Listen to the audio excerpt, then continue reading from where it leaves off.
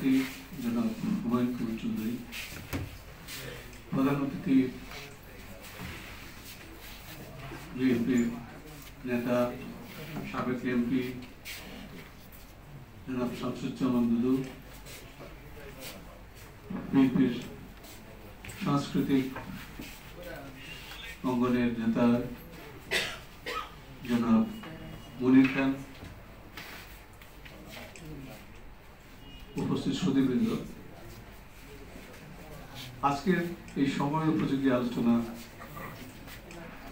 আয়োজন করার জন্য আমি বাংলাদেশ সাংস্কৃতিক জোটকে ধন্যবাদ জানাই। একজন গণতন্ত্রের কথা,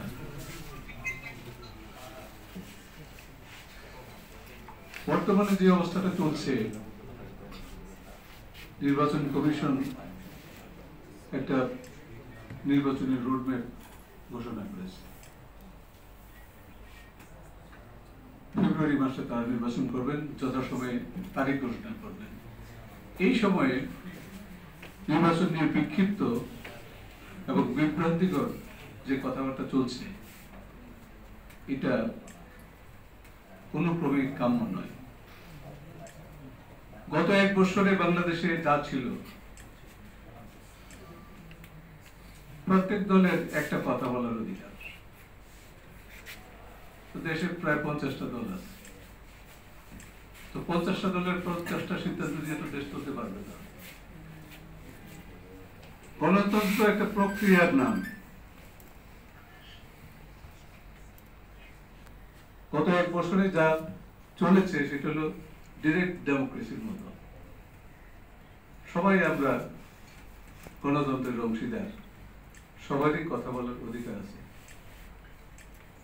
সবাই সমান। আপনারা সমানই থাকবেন, ঠিকই আছে, কিন্তু তার মধ্যে সিদ্ধান্ত গ্রহণ করতে হবে কোন কথাটা সবার কাছে গ্রহণযোগ্য। সেই সিদ্ধান্ত গ্রহণের জন্য ভোটের দরকার। বেশিরভাগ মানুষ কোন কথাটা গ্রহণ করেছে, তো সেই গণতান্ত্রিক প্রক্রিয়ার কথা ভুলে গেলে হবে না।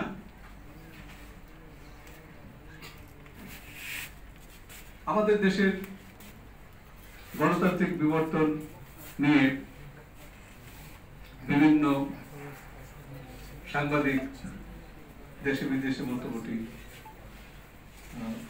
খ্যাতনামা সাংবাদিকরা বিভিন্ন মন্তব্য করছেন যে আমাদের পুলিশ বাহিনী যে বিভিন্ন আগের মতো কেস করতেছে বা বিভিন্ন দলের উপর আক্রমণ হচ্ছে, এসব নিয়ে যে এটা ঠিক না। আপনারা যদি গত 16 বছরের মতোই করেন, তাহলে আপনারা ভালো কি করবেন? কথাটা ঠিক, কিন্তু তার সাথে একটা কথা মনে রাখা উচিত। বাংলাদেশের গত 17 বছরে যারা মনির খান সাহেব যে কথাটা বললেন, এদেশের মানুষ ভোট দিতে পারে না।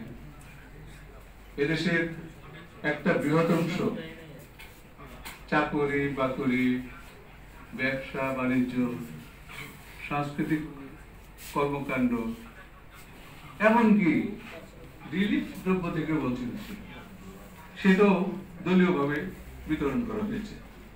তো সেই দেশে এখন সবার সমান অধিকার আসুক, আমরা চাই, কিন্তু এই যে মানুষকে তাদের অধিকার পদদলিত করে একদিন রাখছে, তাদের তো কিছু কষ্ট মনের মধ্যে আছে।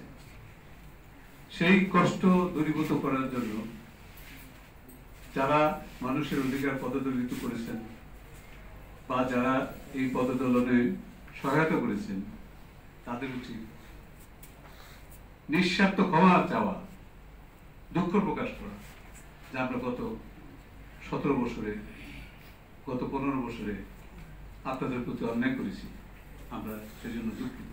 তাহলে মানুষ চিন্তা করতে পারে যে হ্যাঁ, তাদের আবার নতুন ভাবে আসতে দেওয়া যায় কিনা। আমরা জানি ব্রিটিশ যুক্তরাজ্য, যেটাকে গণতন্ত্রের সূতিকা বলা হয়, যেখানে মানুষের কথা বলার অধিকার, ধর্ম কর্ম করার অধিকার মোটামুটি প্রতিষ্ঠিত। সেখানে পরমত সহিষ্ণুতার যে সবচেয়ে বড় দার্শনিক লেখা লিখে গেছেন তিনি হলেন জন লক। ওনার লেখাগুলো একটা আদর্শ, দুনিয়াতে একটা আদর্শ হিসেবে বিবেচিত হয়। কিন্তু যখন ওনাকে জিজ্ঞেস করা হয়েছিল যে আপনার এই যে পরমত সহিষ্ণুতার কথা বলছেন, এটা কি, আপনি তো ক্যাথলিক, প্রটেস্ট্যান্টদের ব্যাপারে কি এটা প্রযোজ্য হবে?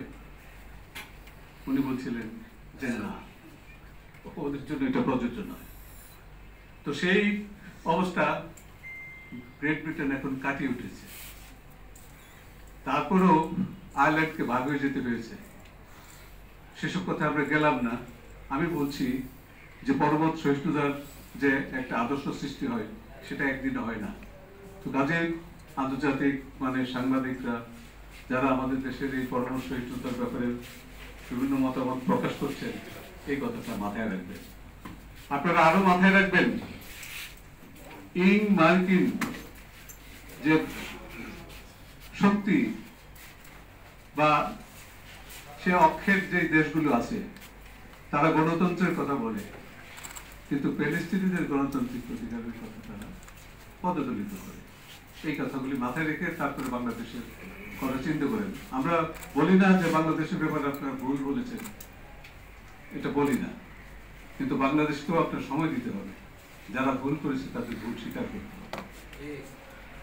আরেকটা জিনিস হলো নির্বাচন না সংস্কার। সংস্কার, এখানে একটা সংস্কার কমিশন হয়েছে, কনসেনসাস কমিশন হয়েছে। কনসেনসাস কমিশনের অনেক বৈঠক হয়েছে। সেই বৈঠকে ঐক্যমত্য অনেক ইস্যুতে মোটামুটি স্থাপিত হয়েছে। এখন সংস্কারের কথা যারা বলবেন, যে বিষয়গুলিতে ঐক্যমত্য হয়েছে তার ভিত্তিতে কথা বলবেন। তার বাইরে যাদের আরো সংস্কারের কথাবার্তা আছে, সেটা আপনাদের নিজের দলের অথবা ব্যক্তির, এটাকে সারা জাতির উপর আরোপ করার কথাবার্তা বলে বিশৃঙ্খলা সৃষ্টির চেষ্টা ঠিক নয়। এটা অগণতান্ত্রিক। আপনার কথাটা অন্যরা নেয় নাই, ঐক্যমত্য কমিশনে নেয় নাই। কাজে সংস্কার বলতে আমরা বুঝবো ঐক্যমত্য কমিশনের মধ্যে যে বিষয়ে ঐক্যমত্য হয়েছে সেটাই সংস্কার। তার বাইরে অন্য সংস্কার নিয়ে আপাতত আলোচনা করার সুযোগ নাই। এক নেতা এক দলের বলে বসলেন যে নির্বাচন কমিশন কেন রোডম্যাপ দিল, নির্বাচন পদ্ধতি কি হবে সেই ব্যাপারে কোনো সিদ্ধান্ত হওয়ার আগে।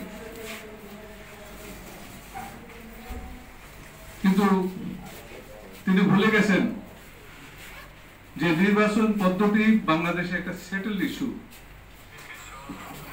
মানুষ ভোট কেন্দ্রে গিয়ে ক্যান্ডিডেটকে ভোট দিবে, এটাই সেটেলড ইস্যু। আপনারা নতুন একটা পদ্ধতির কথা বলছেন। নতুন একটা পদ্ধতির ব্যাপারে কোনো সিদ্ধান্ত হয় নাই। কাজে নির্বাচন কমিশন কোনো ভুল করে নাই, কারণ নির্বাচন কমিশন ভোট পদ্ধতির ব্যাপারে সিদ্ধান্ত গ্রহণের কর্তৃপক্ষ নয়। এরকম দৌড়জাল সৃষ্টি করে নির্বাচনকে ক্ষতিগ্রস্ত করলে কি বিপদ হতে পারে সেটা কিন্তু আপনারা আজ করতে পারছেন না। নির্বাচন না হলে কি হবে? নির্বাচন না হলে নৈরাজ্য হবে। নির্বাচন না হলে সিদ্ধান্ত হবে না, একটা সরকার হবে না। এখনকার সরকার তো অন্তর্বর্তীকালীন সরকার, এটা তো স্থায়ী সরকার না। এবং যেহেতু স্থায়ী সরকার দেশে নাই, সেজন্য বিভিন্ন সেক্টরগুলি এফিশিয়েন্টলি চলতে পারছে না। আবার বিদেশি যারা বাংলাদেশে ইনভেস্ট করবেন তারাও সিদ্ধান্ত নিতে পারছেন না। পররাষ্ট্রনীতি, ইম্পোর্ট এক্সপোর্ট, শিক্ষানীতি, এইসব ব্যাপারে এই সরকারের সিদ্ধান্ত নেওয়ার ক্ষমতা অত্যন্ত সীমিত। তো এগুলি বিবেচনায় নির্বাচন অত্যন্ত জরুরি। এটা নিয়ে দুর্বজাল সৃষ্টি করলে দেশের ক্ষতি হবে, দেশের গণতান্ত্রিক উত্তরণ, অর্থনৈতিক প্রবৃদ্ধির প্রচেষ্টা এগুলি বাধাগ্রস্ত হবে। সবচেয়ে বড় কথা, বিএনপির নেতা জনাব তারেক রহমান সাহেব আগেও বলেছেন, এবারও আবার বলেছেন যে নির্বাচনে যাই হোক আমরা সবাইকে নিয়ে সরকার চালাবো। এরপরে আর কথা কি থাকে?